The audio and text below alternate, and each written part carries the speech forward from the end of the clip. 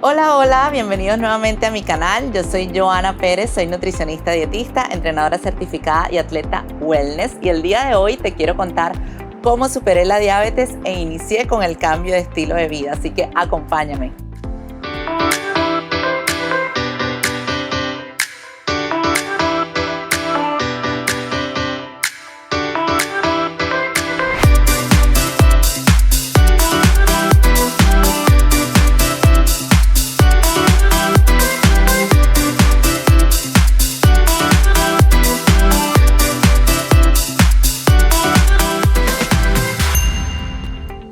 Ok, y en este capítulo te voy a hablar desde el punto de vista de una paciente de diabetes tipo 2, o mejor dicho, una ex paciente de diabetes tipo 2, y no tanto desde el punto de vista de una nutricionista, porque ese fue el orden de las cosas. Primero tuve diabetes y luego, enamorada de todo el cambio del estilo de vida, me convertí en nutricionista.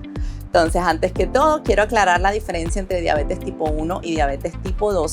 La diabetes tipo 2 es un trastorno en el metabolismo de la glucosa, donde mi célula crea una resistencia a la insulina que segrega mi páncreas, y a su vez crea una supercompensación, y cuando ya finalmente se cansa, deja de mandar. Es así como pongo siempre el ejemplo de que tú mandaras a una vecina, entonces tú tienes que abrir la puerta para que ella pase, ¿no? Entonces asimismo la célula necesita que la insulina abra la puerta para que pase adentro la glucosa a la célula. Entonces, imagínense que esa vecina está constantemente tocando. Al cabo de un tiempo la vas a ignorar. Y si la vecina es un poquito inteligente, ella va a dejar de ir si tú no le estás abriendo la puerta. Eso es más o menos lo que pasa en una diabetes tipo 2. A diferencia de la diabetes tipo 1, donde tu páncreas no segrega insulina. Entonces, la vecina nunca existió. Entonces, el componente principal de la diabetes tipo 1 se cree que es más del tipo genético, o sea, es una enfermedad que probablemente naciste con ella, mientras que la diabetes tipo 2 no. Es una enfermedad que, si bien tiene su carga genética, como por ejemplo en mi caso, mi abuela paterna es diabética tipo 2, lo que realmente la dispara son tus hábitos de vida, cómo te alimentas y qué tan sedentario eres. En mi caso era súper sedentaria, no me movía para nada, no hacía ningún tipo de deporte, ni siquiera en el colegio. Y también tenía unos hábitos de alimentación que no eran lo más adecuado, hacía repostería, así que tenía exposición constante 24/7 a los dulces. Así que era como la combinación perfecta para desarrollar diabetes tipo 2. La diferencia también de la diabetes tipo 2 es que es una enfermedad muy progresiva, muy gradual. Cuando ya te das cuenta que la tienes, ya ella ha avanzado bastante, ya tiene rato ahí instalada, solo que no te has dado cuenta. Pero sí hay ciertos síntomas que pueden servirnos como alerta. Claro, ahora que lo sé y veo en retrospectiva, sí realmente tuve síntomas desde niña, diría yo. El principal síntoma es que era sumamente enfermiza. Me daban muchísimas infecciones de todo, rinitis, otitis, cistitis. Constantemente vivía de una infección a otra, porque obviamente con los problemas de azúcar mi sistema inmune estaba un poco suprimido. Otro de los síntomas es que siempre estaba cansada, como si hubiese nacido con cansancio, nunca se me quitaba. Otra cosa que recuerdo es que siempre tenía mucha sed, pero nunca lo asociaba a que era un problema, simplemente siempre había sido así. ¿Cuándo me diagnostican la diabetes? Me diagnostican cuando tenía por allí 20 años, porque como les dije, hacía repostería, entonces ese año como que le fue muy bien al negocio y tenía más exposición a los dulces. Y obviamente la repostería es un trabajo sedentario, trabajaba sentada, solo me levantaba a hacer las entregas. Y ese fue el año donde tuve una crisis en donde comencé a desmayarme. Realmente los desmayos no tenían nada que ver con la glucosa, pero entre tantos estudios que me hicieron para buscar la causa, descubrieron que mi glucosa, que mi hemoglobina glicosilada y que mi insulina estaban totalmente fuera de rango. Y bueno, lo primero que pensé cuando me dieron este diagnóstico es ese típico pensamiento de algo, me voy a morir, yo no voy a cambiar nada. O sea, imagínense que era para mí no comer dulce, no lo concebía ni durante un día ni durante medio día, simplemente no era negociable. Yo pensé que con el medicamento todo iba a estar bien, pero bueno, me equivoqué. Los síntomas fueron siendo más graves cada vez. Entre los síntomas más alarmantes, recuerdo, era que sentía hormigueo en las manos y en los pies constantemente, sobre todo al levantarme tenía muchísimo dolor en los pies y en las manos. Y bueno, lo que me hizo cambiar realmente mi forma de pensar fue, me topé con una señora que tenía pie diabético y bueno, ese fue como mi shock. Definitivamente yo no quería que eso me pasara. Entonces comencé a investigar qué podía hacer para corregirlo, para no llegar a tener ese pie. Entonces, básicamente fue un ensayo y error entre las investigaciones. Obviamente conseguí que la manera de hacerlo era cambiando mi alimentación y haciendo un poco de ejercicio. Así que me apunté en el gimnasio porque era el único ejercicio posible que yo iba a hacer. Y fui ensayando a ver cómo me iba, qué podía comer, cómo reaccionaba. Realmente hay muchísima información, así que era un poco probar. Pasé por todas las dietas, yo creo, hasta desde vegetariana hasta de todo probé. Hice muchísimos intentos y bueno, realmente lo que me llevó a hacer el cambio definitivo es cuando ya tenía más o menos un tiempo en el gimnasio y ya venía comiendo de cierta forma, me animé a competir. Y con esto no estoy diciendo que la solución a la diabetes sea competir, sino que este tipo de dieta mucho más estructurada me hizo hacer el cambio definitivo en hábitos. Es algo que amerita un poco más de disciplina, un poco más de constancia. Y ahí es cuando realmente veo el cambio, principalmente por el tema de contar los carbohidratos.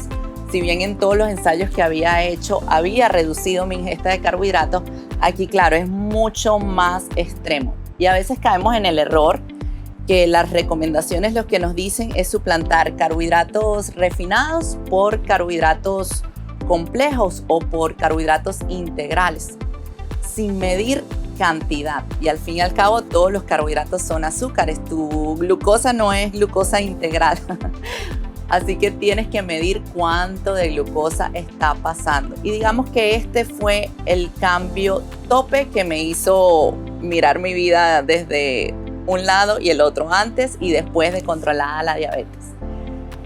Bueno, luego estuve medicada como por 4 años más, hasta que un día decidí probar, pese a que la recomendación médica fue seguir con el medicamento por si acaso, por si sí o por si no. Yo decidí ir dejando progresivamente este medicamento. Fui probando 1 semana, 2 semanas, 1 mes y así hasta que lo dejé definitivamente. ¿Por qué funcionó esta vez y no las otras veces? Como les dije, el tema es más de conteo de carbohidratos y de aliarme a un objetivo. O sea, evidentemente ya ahí mi objetivo no era tanto de salud, ya digamos esa parte la tenía ganada. Pero sí, el tener esa meta de competencia me hizo ser un poco más disciplinada y hizo que, digamos, mi cuerpo se adaptara más a ese estilo, a esa forma de comer, al levantarme todos los días a entrenar y finalmente creé el hábito. Superar la diabetes es simple, pero no es sencillo. Con esto digo que el simple hecho de hacer ejercicio y cambiar tu alimentación, reducir los carbohidratos refinados, cambiarlos por complejo, consumir estrictamente lo que necesitas, va a hacer que tu célula vuelva a reaccionar. Sobre todo el hacer ejercicio que estimule tu masa muscular. Eso va a hacer que tu cuerpo sea mucho más sensible nuevamente a la insulina. Por eso digo que es muy simple, parece una fórmula mágica, pero no es sencillo. La dificultad está en crear el hábito. Una vez crees el hábito, va a ser muy sencillo de seguir y de superar ese estado que actualmente con todos los estudios ya sabemos que nos podemos quitar el apellido de diabético. Antes se decía que no te ibas a curar nunca, que siempre iba a estar allí, pero actualmente sabemos que eso no es así. Entonces, mis recomendaciones en cuanto a superar este tipo de enfermedad. Lo primero que tienes que hacer es plantearte un objetivo y tener en claro hasta qué punto estás comprometido con él. O sea, es tu salud, no debería de ser negociable. Lo segundo es saber quién puede ayudarte. En mi caso, si hubiese acudido a un nutricionista, en lugar de quedarme solo con la recomendación del médico y la lista de prohibidos, hubiese sido más corto el camino, no hubiese estado por allí experimentando qué hacer y qué no hacer. Lo tercero es evaluar los hábitos que te detienen. Si bien, como te dije, tienes que hacer el hábito de alimentación y el hábito del ejercicio, hay hábitos que definitivamente tenemos que cortar o separar, sobre todo el tema de social y comida. O sea, si te pones a negociar tu objetivo con lo social, o sea, cada vez que voy a una fiesta, voy, pico, voy, bebo, voy, probablemente va a ser más difícil el camino. Así que lo mejor que puedes hacer es separar la comida de lo social. Seguir asistiendo a todos los eventos que quieras, pero sin que la comida vaya incluido en ellos. Es una recomendación que te aseguro te va a funcionar. La cuarta recomendación es tente paciencia, por favor. No creas que el cambio va a ocurrir de la noche a la mañana. Tente paciencia. No te etiquetes, no digas yo siempre voy a ser gordito, yo no puedo hacer el cambio. No te pongas etiquetas. No te rindas, sé constante. Si hoy no salió, mañana lo vuelvo a intentar. Como te dije, lo importante es lograr el hábito. Esa es la cura definitiva para esta enfermedad.